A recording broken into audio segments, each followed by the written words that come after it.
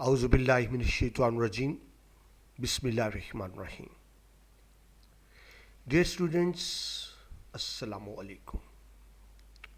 میں مشرف محمود آپ سے مخاطب ہوں اور اس وقت آپ اپنا چینل دیکھ رہے ہیں CMM لیکچرز. اس وقت سیکنڈ ایئر پاک اسٹڈی کی جو نیو بک آئی ہے اس کے مطابق بیٹا نئی ویڈیوز کا سلسلہ جاری ہے، اور آج کل جو عنوان ہم پڑھ رہے ہیں وہ ہے پاکستان بحیثیت جدید اسلامی ریاست. بیٹا جنہوں نے پاکستان بنایا، جو بانیان پاکستان تھے، ہم ان کے فرمودات پڑھ رہے ہیں کہ ان کے نزدیک اسلامی ریاست کو کیسا ہونا چاہیے، اور ہم پیج نمبر 10 پر آج پڑھیں گے فرمودات لیاقت علی خان کو. تو let's start the class. Liaquat Ali Khan بیٹا تحریک آزادی کے عظیم رہنما نواب تھے، لیکن انہوں نے اپنی تمام حیثیت، تمام طاقت، تمام پیسے کو پاکستان کے لیے استعمال کیا. سب کچھ پاکستان کے لیے وقف کر دیا. ایک غیر روایتی نواب. ان کی خدمات سے متاثر ہو کر قائد اعظم نے ان کو پاکستان کا پہلا وزیر اعظم بنایا. قائد اعظم کے دست راست تھے، دست راست کہا جاتا ہے لیاقت علی خان کو.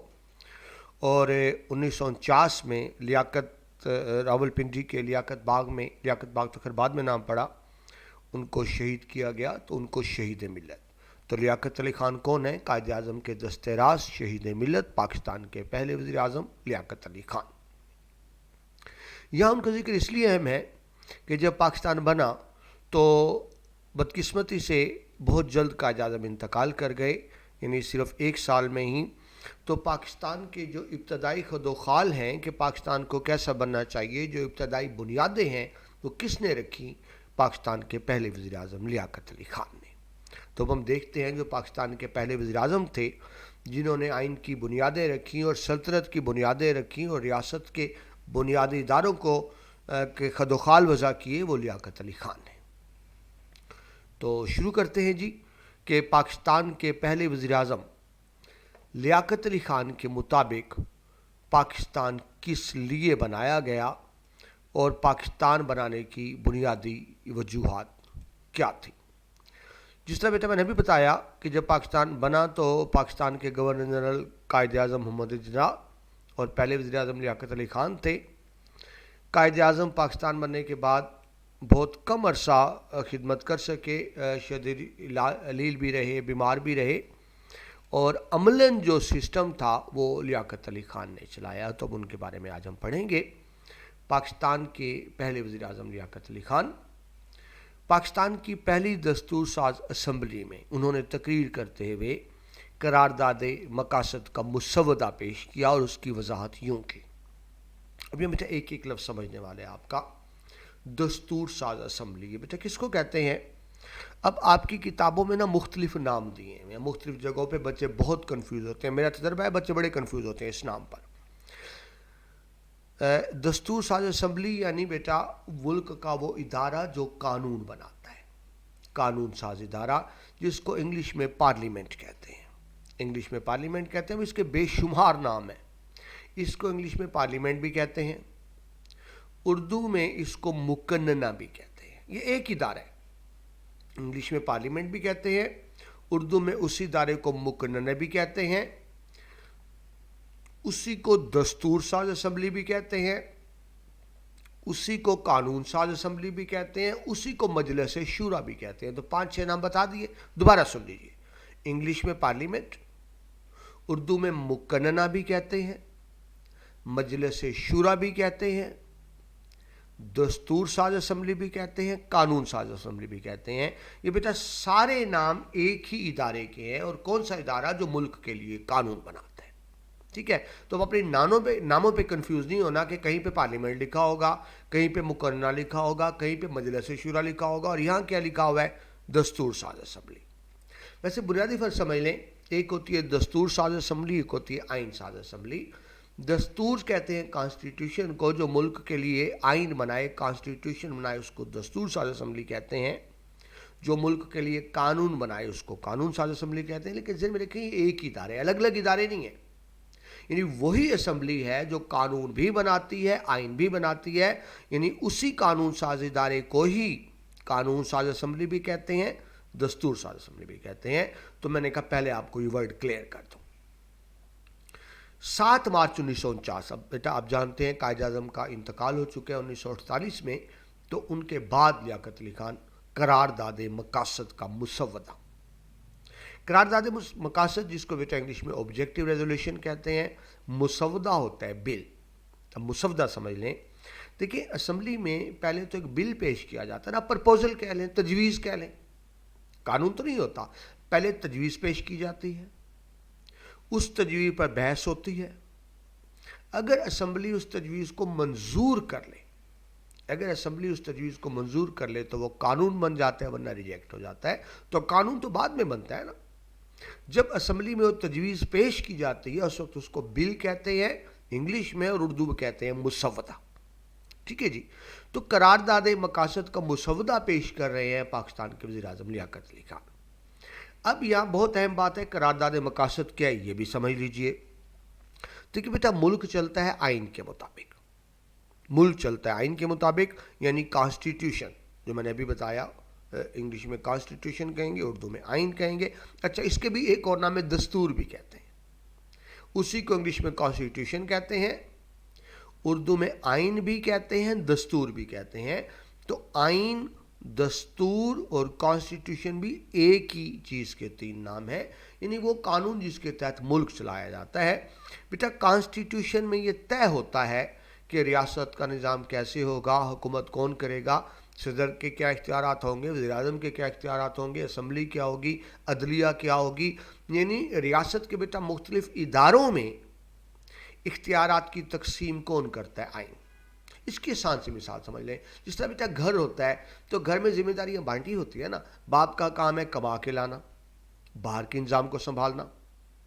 ماں کا کام ہے گھر کے اندرونی نظام کو سنبھالنا. اور بچے بڑے ہوتے ہیں تو وہ باپ کا دست راست بنتے ہیں. بیٹیوں کا کام ہے گھر کے کھانا پکانا، صفائی، یہ چیز. تو ذمہ داریاں بانٹی ہوتی ہے نا، کہ باپ نے کیا کرنا ہے، ماں نے کیا کرنا ہے، بڑے بھائی نے کیا کرنا ہے، چھوٹے بھائی نے کیا کرنا ہے، بڑی بہن نے کیا کرنا ہے، چھوٹی بہن نے کیا کرنا ہے. تو گھر میں ہر فرد کی لائبلٹیز تقسیم ہوتی ہیں، کس کا کیا کام ہے. بیٹا بالکل ایسے ملک میں ہوتا ہے. ریاست کے مختلف ادارے ہیں، صدر ہے، وزیر اعظم ہے، عدلیہ ہے، سپریم کورٹ ہے، ہائی کورٹس ہیں، باقی ادارے ہیں، وفاقی حکومت ہے، صوبائی حکومت ہے، لوکل گورنمنٹ ہے. تو کس ادارے کی کیا حدود ہیں، کس ادارے کے کیا اختیارات ہیں، کیا فرائض ہیں، یہ کون طے کرتا ہے؟ بیٹا کانسٹیٹیوشن، آئین. ٹھیک ہے جی. اب پرابلم یہ ہوا کہ پاکستان 1947 میں بن گیا، لیکن ہمارا آئین تو نہیں تھا، ہمارا تو کوئی آئین نہیں تھا، اور ملک چلتا ہے آئین کے مطابق. تو طے یہ کیا گیا کہ جب تک ہمارے ملک کا آئین نہیں بنتا، جو انگریزوں کا قانون تھا 1935 کا ایکٹ، جس کے تحت پاکستان آزاد ہوا تھا، انڈین انڈیپینڈنس ایکٹ 1935، کہ جب تک پاکستان کا قانون نہیں بنتا 1935 کے ایکٹ کو ہی پاکستان کا قانون بنایا جائے، عارضی قانون، اور اس کے بعد فوراً پاکستان کا اپنا آئین بنایا جائے گا، فوراً آئین بنایا جائے گا. تو جب پاکستان بنا تو 1935 کے ایکٹ کے تحت ملک کا نظام چلایا گیا، طے کیا گیا کہ فوراً آئین بنایا جائے گا، لیکن فوراً نہیں بن سکا. اب سب جانتے ہیں بیٹا فوراً نہیں بن سکا. پاکستان کا پہلا آئین بنتا ہے 1956 میں، 1956. آزاد ہوتا ہے پاکستان 1947 میں، اور پہلا آئین بنتا ہے 1956 میں، 9 سال بعد. اب 9 سال ہمیں کیوں لگ گئے آئین بنانے میں؟ وجہ بیٹا بہت سی وجوہات تھیں. ابتدائی مسائل تھے، مہاجرین کا مسئلہ تھا، ان کی آبادکاری کا مسئلہ تھا، پھر مسئلہ کشمیر کھڑا ہو گیا، انڈیا نے زبردستی کشمیر پہ قبضہ کر لیا، پھر بھارت نے پاکستان کے حصے کے پیسے روک لیے، فوجی ساز و سامان روک لیا. تو بے شمار مسائل تھے، ہم آئین کی طرف توجہ نہیں دے سکے. 9 سال آئین نہیں بن سکا، یعنی 9 سال پاکستان سرزمین بے آئین رہا. ہاں آئین بنانے کے لیے کوششیں جاری رہیں، اور اس سلسلے میں پہلی کوشش کیا تھی؟ قرارداد مقاصد جو آپ پڑھ رہے ہیں، آبجیکٹیو ریزولوشن. اب دیکھیں بیٹا آئین بننے میں ایک پرابلم یہ بھی تھا کہ ہمارا آئین کس طرح کا ہو. آئین تو بعد میں بنے گا نا، آئین تو بعد میں بنے گا. پہلے کچھ اصول طے کیے جائیں گے کہ آئین کیسا ہوگا. آپ کو آسان سی مثال دوں. آپ نے بیٹا مکان کا نقشہ بنوانا ہے، آپ آرکیٹیکچر کے پاس جاتے ہیں، نقشہ بنا دے. تو آپ سے پہلے پوچھے گا نا بھائی نقشہ تو بنا دوں، پہلے یہ بتائیں آپ نے سنگل فلور بنانا ہے، 2 فلور بنانا ہے، کتنے بیڈ روم ہوں گے، کتنے کچن ہوں گے، کتنے باتھ ہوں گے، کتنا کورڈ ایریا ہوگا، کتنا انکورڈ ہوگا، یہ تو آپ بتائیں گے نا کہ اتنے کمروں کا. آپ یہ تھوڑا کہیں گے گھر بنا دیں. وہ پہلے کچھ آپ اس کو بنیادی باتیں بتائیں گے کہ ہمیں اتنے کمرے چاہیے، اتنا کورڈ ایریا چاہیے، اس کے مطابق نقشہ بنائے گا. تو کچھ پہلے بنیادی چیزیں طے ہوتی ہیں، نقشہ بعد میں بنتا ہے. بالکل ایسے بیٹا آئین میں ہوتا ہے کہ آئین تو بعد میں بنے گا، پہلے کچھ بنیادی اصول طے کیے جائیں گے کہ پاکستان کا آئین کس طرح کا ہوگا. تو وہ بیٹا آئین بنانے کے لیے جو بنیادی اصول طے کیے گئے انہیں کو کہا گیا قرارداد مقاصد. میں نے کوشش کی آپ کو تفصیل سے سمجھانے کی. بچوں نے رٹا مارا ہوتا ہے، بات کو سمجھا نہیں ہوتا. یہ بیٹا سمجھنے کی چیز ہے، رٹا مارنے کی چیز نہیں ہے. قرارداد مقاصد کیا ہے؟ اس میں وہ بنیادی اصول طے کیے گئے جن کی بنیاد پر آگے چل کے پاکستان کا آئین بننا تھا. ٹھیک ہے جی. یہ بہت بڑا کارنامہ تھا لیاقت علی خان کا، پاکستان کے پہلے وزیر اعظم کا، کہ انہوں نے قرارداد مقاصد کا مسودہ پیش کیا، اسمبلی سے منظور کروایا. اس سے کیا فائدہ ہوا؟ یہ بات طے ہو گئی کہ پاکستان کا آئین کس طرح کا ہوگا، یعنی آئین سازی کے لیے رہنما اصول طے ہو گئے، اور پھر ان اصولوں کی روشنی میں آئین بنانا آسان ہو گیا. ٹھیک ہے. آئی تھنک آپ کو اچھی طرح سمجھ آ گئی ہوگی کہ قرارداد مقاصد کیا ہے اور اس کی اہمیت کیا ہے. آپ سمپل یوں کہہ سکتے ہیں کہ پاکستان کی آئین سازی کے سلسلے میں جو پہلا قدم اٹھایا گیا وہ قرارداد مقاصد تھا. یہ فرسٹ سٹیپ تھا جس میں کچھ اصول طے کیے گئے اور پھر اصولوں کی بنیاد پر آئین بنایا گیا. ٹھیک ہے جی. تو لیاقت علی خان نے بیٹا جو بل پیش کیا، جس اردو میں مسودہ لکھا ہوا ہے، تو انہوں نے اسمبلی میں تقریر کی. کس حوالے سے؟ قرارداد مقاصد کے حوالے سے. تو وہ بیٹا سپیچ آپ کی کتاب میں دی ہوئی ہے، جس سے آپ کو یہ سمجھ آئے گی کہ بنیادی طور پہ قرارداد مقاصد کیا تھی اور یہ اسمبلی میں کیوں پیش کی گئی. ٹھیک ہے جی. تو شروع کرتے ہیں جی. ظاہر ہے یہ تقریر ہے لیاقت علی خان کی اسمبلی کے اندر. تو سٹارٹ کہاں سے ہو رہا ہے؟ بسم اللہ الرحمن الرحیم. وہ تقریر کر رہے ہیں. اب یہ بات سمجھیں، یہ کیا ہے؟ لیاقت علی خان کی سپیچ ہے. کہاں ہے؟ آئین ساز اسمبلی کے اندر. کیوں ہے؟ وہ قرارداد مقاصد کا مسودہ پیش کر رہے ہیں، اس پر بحث ہوئی اور پھر منظور کیا گیا. تو جو بل یا مسودہ ہے وہ سنیں تو کیا فرماتے ہیں لیاقت علی خان سپیچ کرتے ہوئے؟ وہ کہتے ہیں چونکہ اللہ تعالیٰ ہی کائنات کا بلا شرکت غیر حاکم مطلق ہے. بلا شرکت غیر یعنی اللہ کو کوئی شریک نہیں، اللہ کا کوئی شریک نہیں ہے. اللہ واحد ذات میں، صفات کے تقاضوں میں حکم صرف اللہ کا چلے گا. بلا شرکت غیر مطلب وداؤٹ شیئرنگ آپ انگلش میں کہہ سکتے ہیں. حاکم مطلق یعنی ایبسلیوٹ اتھارٹی، یعنی اللہ جو حکم دے گا اللہ ہی دے گا. اللہ کے حکم میں بھی کوئی دوسرا شامل نہیں ہو سکتا. اتھارٹی کس کی ہوگی؟ اب دیکھیں قرارداد مقاصد میں طے کر لیا گیا کہ حکم اللہ کا ہوگا. یہ اسلامی ریاست ہے، اللہ خالق، ہم مخلوق، حکم اللہ کا ہوگا، اللہ کے سوا کوئی حکم نہیں ہوگا. یعنی یہ بات طے کی گئی کہ پاکستان کا جو آئین بنایا جائے گا قرآن کی بنیاد پر بنایا جائے گا. اس جملے کا یہ مطلب ہوگا. چونکہ اللہ تعالیٰ ہی کائنات کا بلا شرکت غیر حق میں مطلق ہے، اس نے جمہور کی وساطت سے، میں ایک لفظ ایکسپلین کرتا ہوں بیٹا، جمہور عوام، پبلک، وساطت کہتے ہیں ذریعے سے، یعنی عوام کے ذریعے سے، انگلش میں آپ کہہ لیں تھرو دا پیپل، مملکت پاکستان کو اختیارات حکمرانی، یعنی عوام کو اختیار تو اللہ کہنا بیٹا، حکم تو اللہ کا چلے گا. تو اللہ نے یہ اختیار دیا ہے کس کو؟ پاکستان کے عوام کو. اختیار اللہ کا ہے اور اللہ نے پاکستان کے عوام کو دیا. کیا؟ کہ اپنی مقررہ حدود کے اندر رہتے ہوئے استعمال کی اجازت عطا فرمائی. ٹھیک ہے.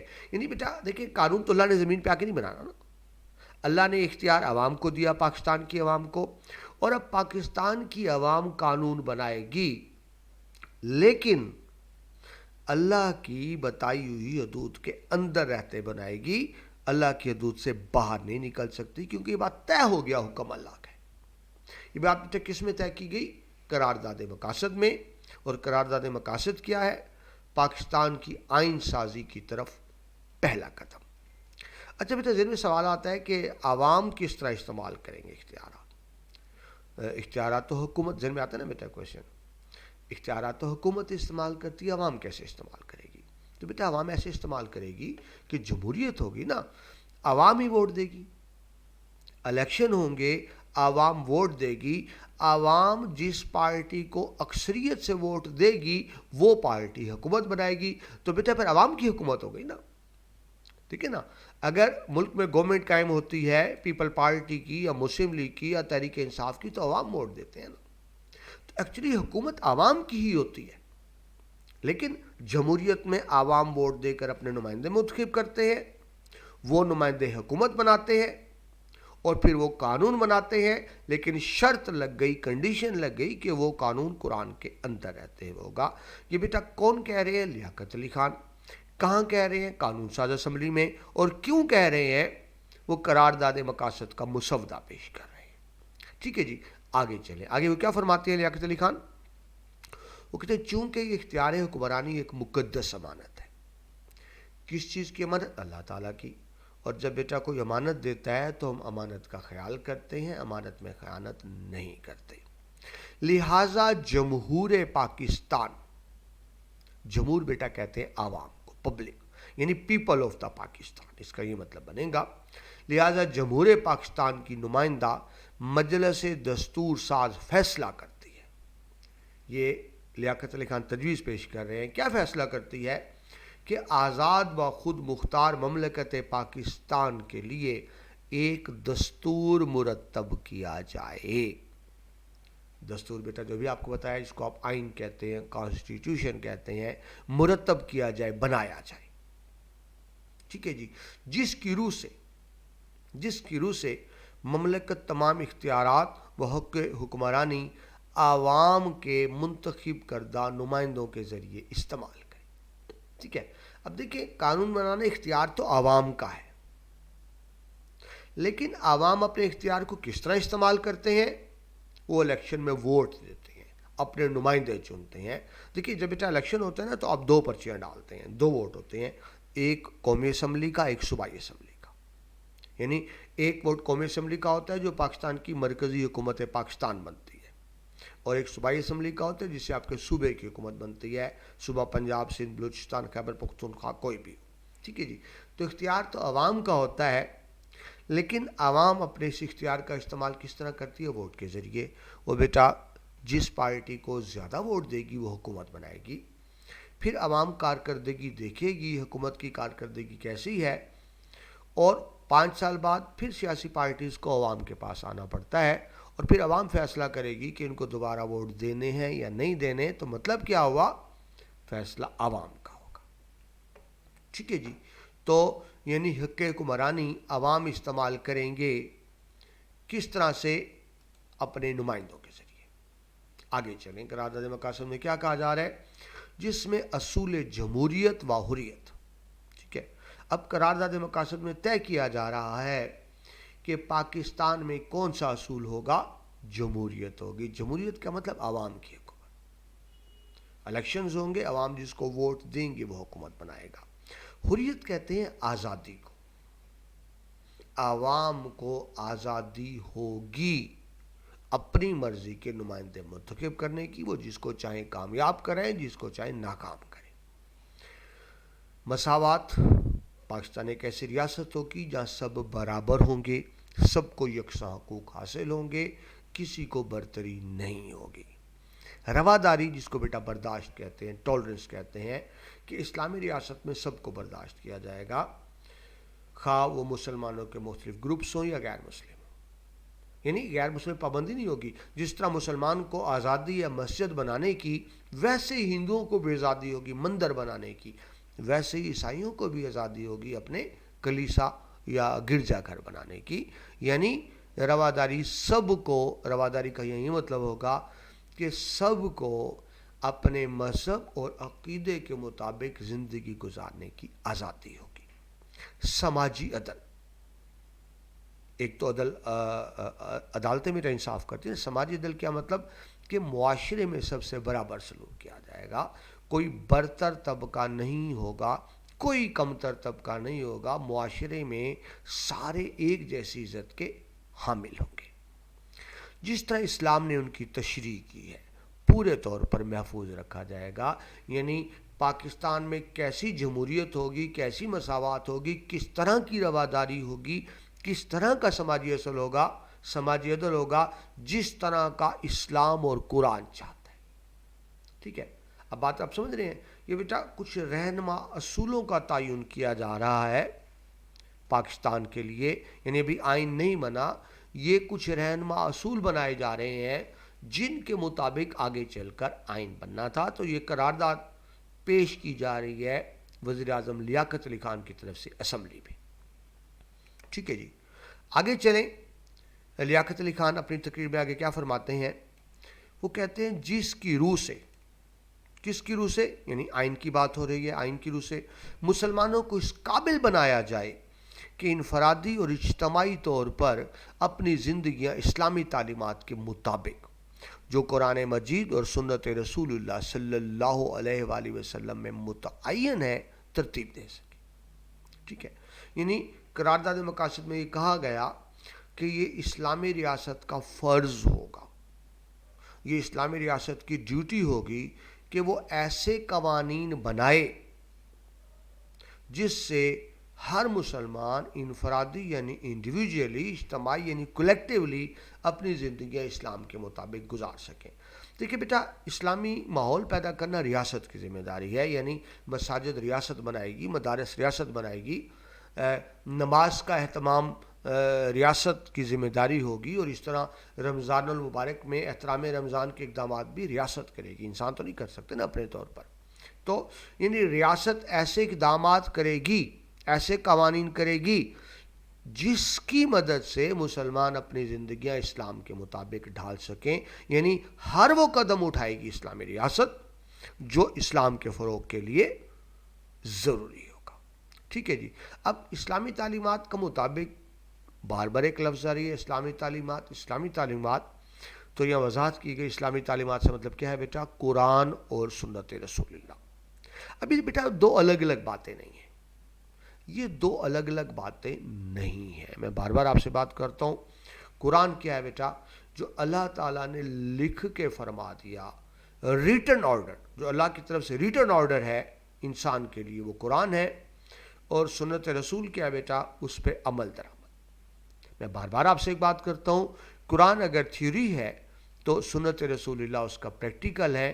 اللہ تعالیٰ نے بیٹا قرآن پاک میں جو لکھ کے فرما دیا، نبی پاک کی شکل میں وہ کر کے دکھا دیا، یعنی سنت رسول بیٹا قرآن سے الگ کوئی چیز نہیں ہے، یہ قرآن پاک کی ہی تشریح ہے۔ تو اسلامی معاشرہ قرآن و سنت کے اصولوں کے مطابق قائم ہوگا۔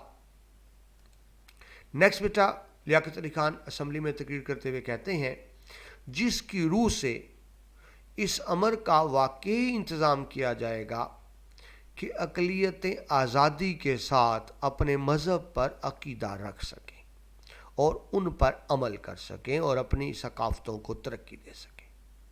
یعنی پاکستان صرف مسلمانوں کا ملک نہیں ہے، یا غیر مسلم بھی آباد ہیں، اگرچہ کم تعداد میں ہے، لیکن ان کو بھی تمام برابر کے حقوق حاصل ہوں گے۔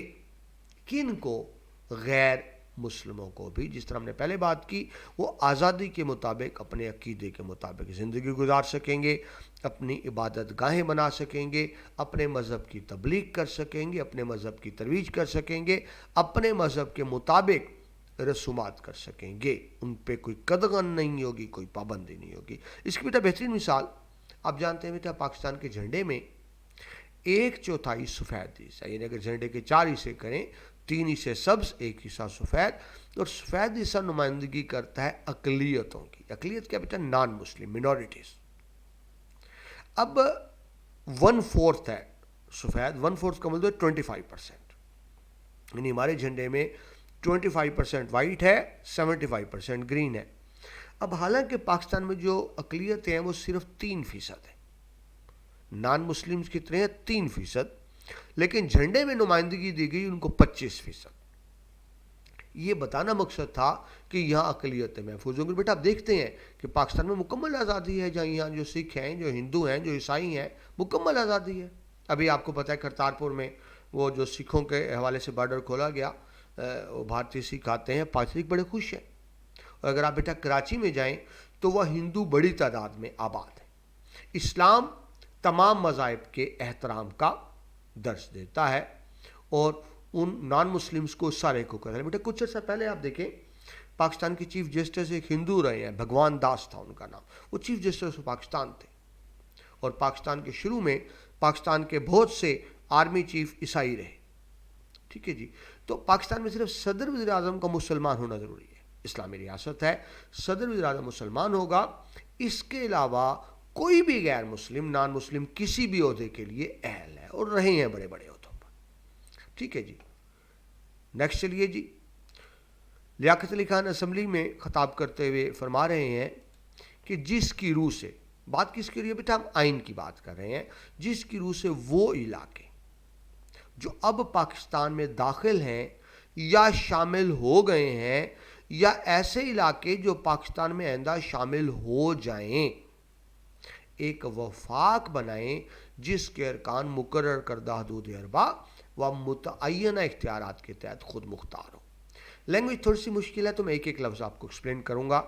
ابھی لکھا ہوا ہے پاکستان میں جو شامل ہو گئے ہیں اور جو شامل ہوں گے. تو یہ بیٹا ذہن میں رکھیں ابھی 49 کی بات ہے. آپ یوں سمجھیں کہ ابھی پاکستان کی اس وقت تکمیل نہیں ہوئی تھی. تکمیل کیسے نہیں ہوئی تھی آپ اچھی طرح جانتے ہیں.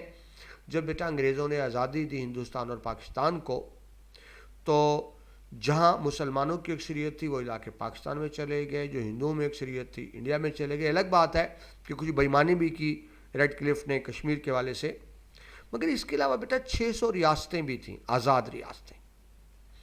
600 کے قریب آزاد ریاستیں تھیں, جو آپ سمجھ لیں پورے انڈیا کا جو ایریا تھا نا برے صغیر کا, اس کا 1/4 بنتی تھی 600 ریاستیں. ان کو یہ حق دیا گیا کہ وہ چاہیں تو پاکستان میں شامل ہو جائیں, چاہیں تو بھارت میں. تو ابھی وہ پروسیس چل رہا تھا, یعنی جب یہ 49 میں قرارداد پیش کی گئی, ابھی کچھ ریاستیں شامل ہو چکی تھیں اور کچھ نے شامل ہونا تھا. یہ نہیں یوں سمجھیں کہ ابھی تک پاکستان کا نقشہ یا پاکستان کا ایریا فائنل نہیں ہوا تھا. تو اس لیے کہا جا رہا ہے جو علاقے شامل ہو گئے ہیں یا جو آئندہ شامل ہوں گے. تو یہ آپ ذرا اس پوائنٹ کو کلیئر کر لیں تاکہ آپ ذہن میں ابہام نہ رہے. ایک وفاق بنائیں. ابھی اہم ورڈ بیٹا وفاق آپ کو پتہ ہونا چاہیے. اردو میں وفاق کہتے ہیں, انگلش میں اس کو فیڈرل کہتے ہیں, فیڈرل یا فیڈریشن. وفاق کیا ہوتا ہے؟ یوں سمجھے وفاقی ملک کیا ہوتا ہے. اردو میں کیا کہیں گے؟ وفاقی ملک. انگلش میں کیا کہیں گے؟ Federal country. تو اس بات کو اچھی طرح سمجھ لیں کیونکہ یہ لفظ بار بار آئے گا. وفاقی ملک بیٹا ایک ایسا ملک ہوتا ہے جہاں ایک سے زیادہ حکومتیں ہوں, صرف ایک حکومت نہ ہو.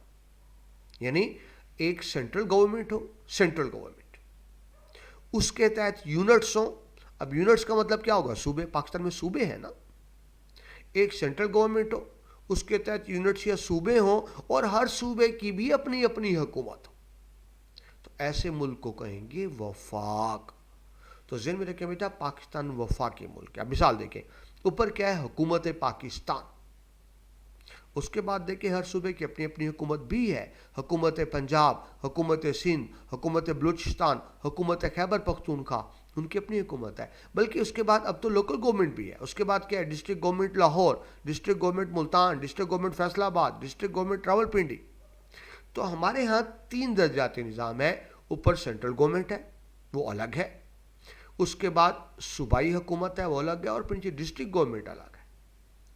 تو ایسا ملک جہاں ایک حکومت نہ ہو, سینٹرل گورنمنٹ بھی ہو. اور ذہن میں رکھیں بیٹا جو صوبائی حکومت ہے ان کے اپنے اختیارات ہیں. مثلا پنجاب میں ہے نا, تو جو صوبہ پنجاب کی حکومت کے اختیارات ہیں, حکومت پاکستان اس میں دخل نہیں دے سکتی. آپ جو بیٹا کتاب پڑھ رہے ہیں یہ پنجاب ٹیکسٹ بک بورڈ, تو یہ دیکھیں بیٹا اس پہ حکومت پاکستان نہیں لکھا ہوا, اس پہ لکھا ہوا ہے پنجاب ٹیکسٹ بک بورڈ. تو یہ حکومت پنجاب نے چھاپی ہے, حکومت پاکستان نے نہیں چھاپی.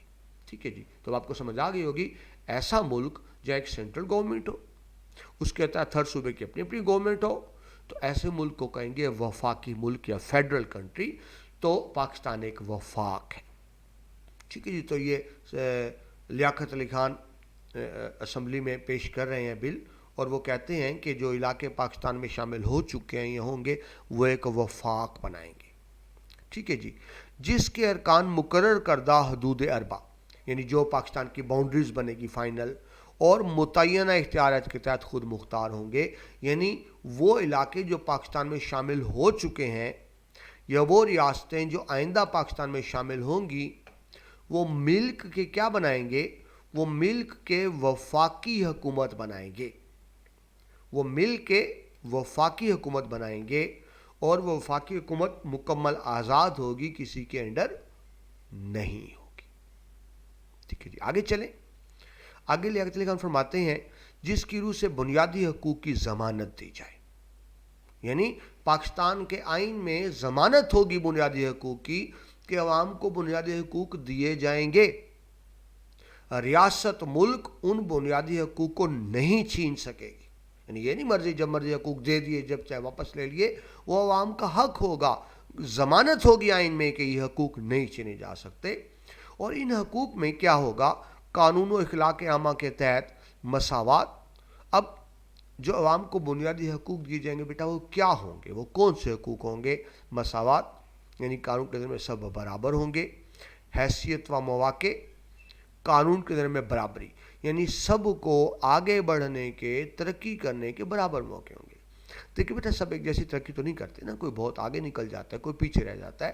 سب کی صلاحیتیں ایک جیسی نہیں ہوتی. لیکن یہاں مطلب یہ ہے کہ سب کے پاس ترقی کے مواقع ایک جتنے ہی ہوں گے، برابر ہوں گے. ٹھیک ہے جی. سماجی، یعنی جس کو آپ سوشل کہتے ہیں. اقتصادی یعنی فائنانشل، معاشی طور پہ پیسہ کمانے کے والے سے بات ہو رہی ہے، معاشی ترقی کی بات ہو رہی ہے.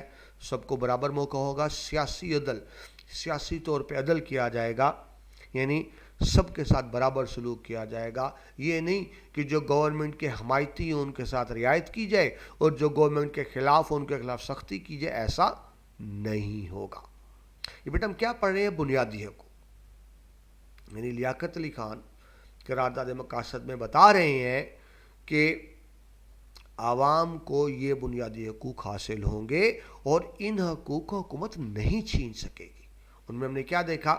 سماجی عدل دیکھا، اقتصادی سیاسی عدل دیکھا، اظہار خیال، یعنی عوام کو جسے کہتے ہیں نا لبرٹی ٹو سپیچ، عوام کو تقریروں کی اجازت ہوگی، آزادی ہوگی. یعنی اگر کوئی حکومت کے خلاف ہے، حکومت پہ تنقید کرنا چاہے تو وہ کھل کے کر سکتا ہے، اس کے خلاف کوئی کارروائی نہیں کی جا سکے گی. عوام کو عقیدے اور دین کی آزادی ہوگی، عبادت کی آزادی ہوگی. یعنی وہ جو چاہیں مذہب اختیار کریں، مذہب کا جو چاہیں فرقہ اختیار کریں. مذہبی حوالے سے جو لوگوں کے دینی اعتقادات ہیں ان میں کسی بھی شکل میں ریاست مداخلت نہیں کرے گی. یعنی سمپل سمجھ لیں، ہر شخص کو اپنے نظریات کے مطابق مذہبی آزادی حاصل ہوگی. اگلی بات آگئی ارتباط، جس کو بیٹا انگلش میں آپ انٹریکشن کہتے ہیں، میل جول کہتے ہیں. عوام کو میل جول کی آزادی ہوگی. یعنی جو ایک پاکستانی ہے وہ پاکستان کے کسی بھی علاقے میں آ سکے گا، جا سکے گا، رہائش اختیار کر سکے گا، جائیداد خرید سکے گا، کاروبار کر سکے گا. آپ ریسٹرکٹ نہیں کر سکتے. میں پنجاب میں ہوں تو مطلب یہ نہیں پنجاب میں ہوں، پورے پاکستان میں جہاں چاہیں جاؤں، جہاں چاہیں آؤں، جہاں چاہیں جائیداد خریدوں، جہاں چاہیں کاروبار کروں. اس کا مطلب یہ ہوگا. ٹھیک ہے بیٹا. تو یہ کچھ بنیادی حقوق بتائے گئے جو عوام کو دیے جائیں گے، اور آئین میں ضمانت ہوگی کہ ان حقوق کو حکومت عوام سے نہیں چھین سکے گی. بیٹا پڑھ ہم کیا رہے ہیں؟ بنیادی طور پہ یہ تقریر ہے جو پاکستان کے پہلے وزیر اعظم لیاقت علی خان اسمبلی میں کر رہے ہیں. اور کیوں کر رہے ہیں؟ وہ ایک تجویز پیش کر رہے ہیں قرارداد مقاصد کی. اور قرارداد مقاصد کیا ہے؟ آئین کے لیے کچھ بنیادی رہنما. میں بیٹا بار بار ریپیٹ کروں تاکہ اچھی طرح آپ کو بات سمجھ میں آ جائے. آگے کیا فرماتے ہیں لیاقت علی خان؟ وہ کہتے ہیں جس کی روح سے اقلیتوں اور پسماندہ علاقوں کے جائز حقوق کا تحفظ کا قرار واقعہ ہی انتظام کیا جائے گا. قرار واقعہ جس کو انگلش میں آپ کہہ رہے ہیں ریلی، ایگزیکٹلی، اس کا مطلب یہ بنتا ہے، یعنی اصل میں. یہ خالی زبانی ڈرامے بازی نہیں ہوگی، بلکہ عملاً اقلیتیں بیٹا کیا ہوتے ہیں؟ نان مسلم منورٹیز، ٹھیک ہے، ان کے حقوق کا تحفظ کیا جائے گا۔ پسماندہ طبقات بیٹا اس کو انگلش میں بیک ورڈ کہتے ہیں، یعنی وہ علاقے جو پیچھے رہ گئے۔ یاد رکھے بیٹا پاکستان بننے سے پہلے ہی انگریزوں کی حکومت تھی، انگریزوں نے کچھ علاقوں کو جان بوجھ کے بیک ورڈ رکھا، کچھ علاقوں کو ترقی دی اور کچھ علاقوں پر انگریزوں نے جان بوجھ کر توجہ نہیں دی، یعنی وہ علاقے جو انگریزوں کے خلاف تھے، یعنی یا جن سے انگریزوں کو خطرہ تھا، جنہوں نے انگریزوں کے خلاف جنگ لڑی تھی، تو انگریزوں نے جان بوجھ کر ان کو سزا دینے کے لیے بیک ورڈ رکھا۔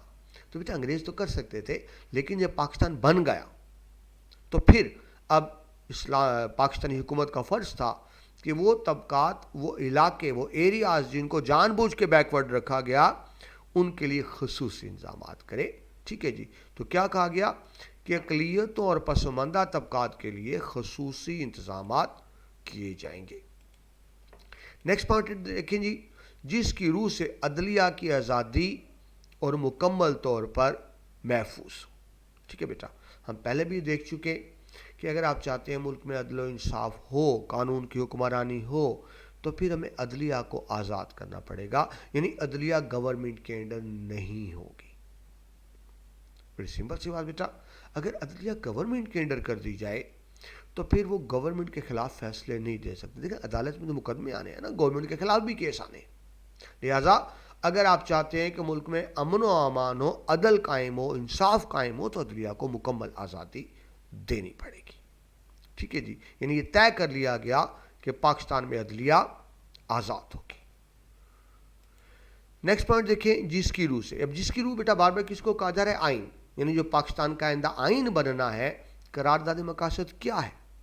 میں آپ سے بار بار بتا رہا ہوں، قرارداد مقاصد یہ ہے کہ پاکستان کے بننے والے، آئندہ بننے والے آئین کے بنیادی اصول، ٹھیک ہے۔ تو بتایا جا رہا ہے جس کی روح سے، یعنی آئندہ کے آئین کی روح سے وفاق کے علاقوں کی حفاظت، ان کی آزادی اور ان کے جملہ حقوق کا جس میں اس کے بحر و بر اور فضا پر سیادت کے حقوق شامل ہیں، تحفظ کیا جائے گا۔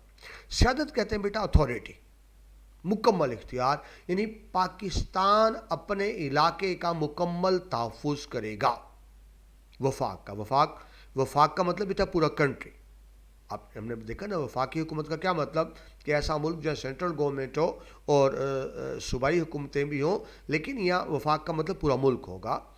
تو ہم اپنے ملک کی مکمل حفاظت کریں گے، کس کی بیٹا؟ بر کی۔ بر کہتے ہیں خشکی کی، زمین کی۔ ہم اپنی زمین کی بھی حفاظت کریں گے، بحر، ہم اپنے سمندر کی حفاظت بھی کریں گے، فضا، ہوا کی بھی، یعنی پاکستان کے اوپر سے کوئی دوسرا جہاز نہیں گزر سکے گا پاکستان کی اجازت کے بغیر۔ جو علاقہ پاکستان کے سمندر کی حدود میں آتا ہے کوئی دوسرا نہیں گزرے گا اجازت کے بغیر، اور ایسے ہی پاکستان کی زمین پر کوئی قدم نہیں رکھ سکے گا اجازت کے بغیر۔ یعنی جس کو آپ فوج کی بیٹا 3 ہی سے ہوتی ہے نا، وہ کیا کہتے ہیں؟ ایئر فورس، اور اس کے بعد آپ کی بحریہ، اور اس کے بعد جو فضائیہ، بری فوج، بحری، فضائیہ، تو وہ ان 3 کی بات ہو رہی ہے۔ تو ہم اپنی زمین کی بھی حفاظت کریں گے، اپنے پانیوں کی بھی حفاظت کریں گے، اپنی فضاؤں کی بھی حفاظت کریں گے، یہ طے کر لیا گیا۔ جب یہ بیٹا ساری باتیں ہو جائیں گی تو پھر کیا ہوگا؟ جب ہم بیٹا قرآن کے اصول کو اپنا لیں گے، جب ہم عدل و انصاف کریں گے، جب ہم برابری کریں گے، تو اس کا رزلٹ کیا نکلے گا؟ عوام خوشحال ہوگی، ٹھیک ہے۔ تاکہ یعنی اب اینڈ پہ لیاقت علی خان فرما رہے ہیں کہ یہ قرارداد مقاصد کیوں پیش کی جا رہی ہے؟ یہ تجاویز ہے نا جو وزیر اعظم پیش کر رہے ہیں، کیوں پیش کر رہے ہیں؟ تاکہ یہ جسٹیفائی کر رہے ہیں قرارداد مقاصد کو، تاکہ اہل پاکستان فلاح اور خوشحالی کی زندگی بسر کر سکے۔ جب یہ سارے اقدامات کیے جائیں گے، قرآن و سنت کو ہم قانون بنا دیں گے، عدل و انصاف ہوگا، سب کو برابر مواقع ملیں گے، عدلیہ آزاد ہوگی، تو پھر اس کا رزلٹ کیا نکلے گا؟ الٹیمیٹ رزلٹ کیا ہوگا؟ کنسیکوینسز کیا ہوں گے؟ نتائج کیا ہوں گے؟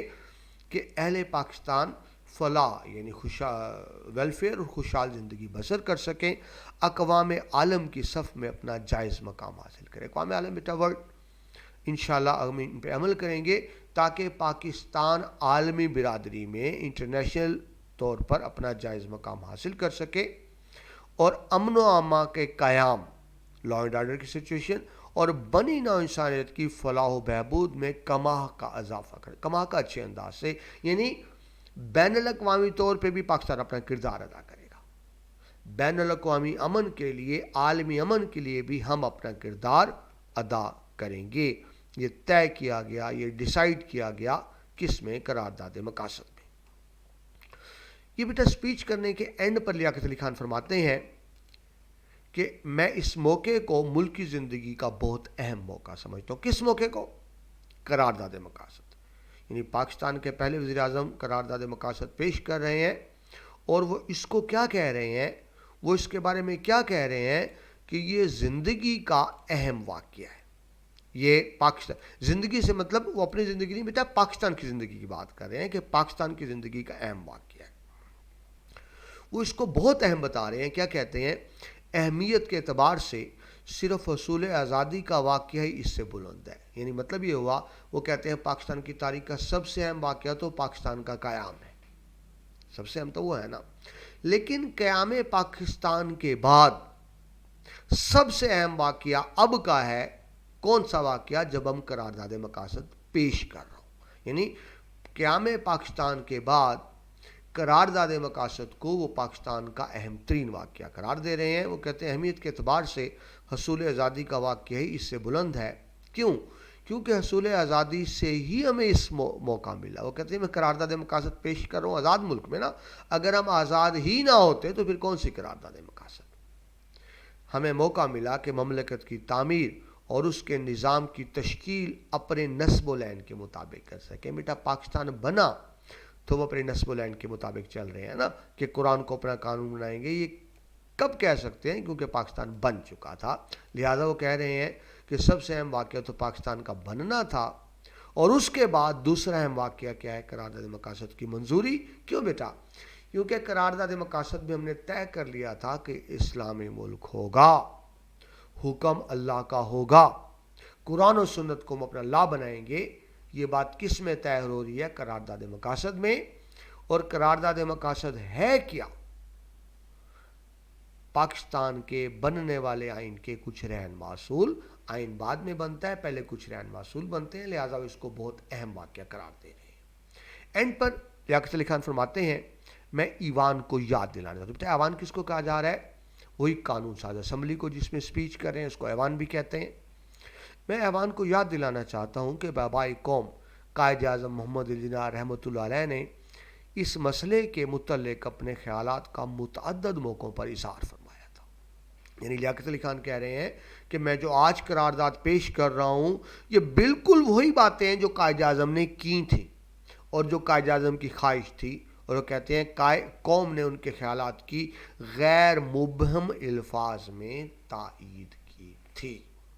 غیر مبہم یعنی بہت کلیئر. تو لیاقت علی اینڈ پہ کہہ رہے ہیں کہ میں جو قرارداد مقاصد پیش کر رہا ہوں یہ وہی خیال ہیں جو قائد اعظم نے پیش کیے تھے اور عوام نے بھرپور تائید کی تھی. تو اب قائد تو یہاں سے دنیا سے چلے گئے, تو آج جو دن آ رہا ہے کہ وہ جو قائد اعظم کی خواہش تھی اور جو عوام کی بھی خواہش تھی, آج ہم اس کو عملی جامہ پہنانے لگے ہیں, اور یہ تھی قرارداد مقاصد. میں بیٹا بار بار آپ کو بات کر رہا ہوں, جب پاکستان بنا آئین نہیں تھا تو پاکستان کا مستقل آئین بنانے کے لیے جو پہلی کوشش تھی وہ قرارداد مقاصد تھی, کہ قرارداد مقاصد میں کچھ بنیادی اصول طے کر لیے گئے تھے جس پر آگر چل کے آئین بننا تھا. اور وہ بنیادی اصول کیا تھے؟ ہم نے طے کر لیا تھا کہ پاکستان اسلامی ملک ہوگا, حکمرانی اللہ کی ہوگی, قرآن و سنت کا نظام لے کر آئیں گے, یا جمہوریت ہوگی, یا وفاق ہوگا, یا عدل و انصاف ہوگا. تو اس لیے بیٹا یہ بات حقیقت ہے, یہ بہت اہم بات ہے. ٹھیک ہے بیٹا, الیکشن مکمل ہوتا ہے, آپ کو اچھی طرح سمجھ آ گئی ہوگی قرارداد مقاصد کی اہمیت کیا ہے. جب ہم بیٹا کہ پاکستان کی آئین سازی کی تاریخ پڑھیں گے تو یقیناً آئین سازی کی طرف جو پہلا قدم تھا وہ قرارداد مقاصد ہی تھا, جو پاکستان کے پہلے وزیر اعظم لیاقت علی خان نے اسمبلی میں پیش کر کے منظور کروائی, جس سے آئندہ کے لیے آئین اور دستور بنانے میں آسانی ہو گئی. ٹھیک ہے بیٹا, یہ ٹاپک کمپلیٹ ہوا. ہم نے آج پڑھا کہ لیاقت علی خان جو پاکستان کے پہلے وزیر اعظم تھے, قائد اعظم کے دست راست تھے, شہید ملت تھے, ان کے نزدیک پاکستان کیسا ہونا چاہیے تھا, اس کے لیے انہوں نے قرارداد مقاصد منظور کروائی. جو پاکستان کی آئین سازی کی تاریخ میں اہم بات ہے. ٹھیک ہے اسٹوڈنٹس، آج تو ہم نے دیکھا لیاقت علی خان کی اسپیچ کو. اس پر بیٹا 1 ہفتہ بحث ہوئی اسمبلی میں، اور 1 ہفتہ بعد اسمبلی نے اس کو منظور کر لیا. تو پہلے تو یہ بل یا مسودہ تھا، منظور ہونے کے بعد یہ قانون بن گیا، قرارداد مقاصد یعنی لا بن گیا، اور وہ ہم اب نیکسٹ لیکچر میں پڑھیں گے. ٹھیک ہے بیٹا، آئی ہوپ آپ کو بہت کچھ سمجھنے سیکھنے کو ملا ہوگا. بیٹا پاک اسٹڈی کو رٹا نہیں مارتے، یہ باتیں سمجھنے کی ہوتی ہیں. میں کوشش کر رہا ہوں کہ آپ کو ایک ایک لفظ سمجھاؤں. اگر بیٹا آپ کو لیکچر اچھا لگا ہو، آپ کا بھلا ہوا ہو، تو مجھے بھی دعاؤں میں یاد رکھیے گا، اور اپنے اس چینل کو دوستوں کے ساتھ شیئر بھی کیجیے گا. اپنا بہت سا خیال رکھیے گا. اللہ حافظ.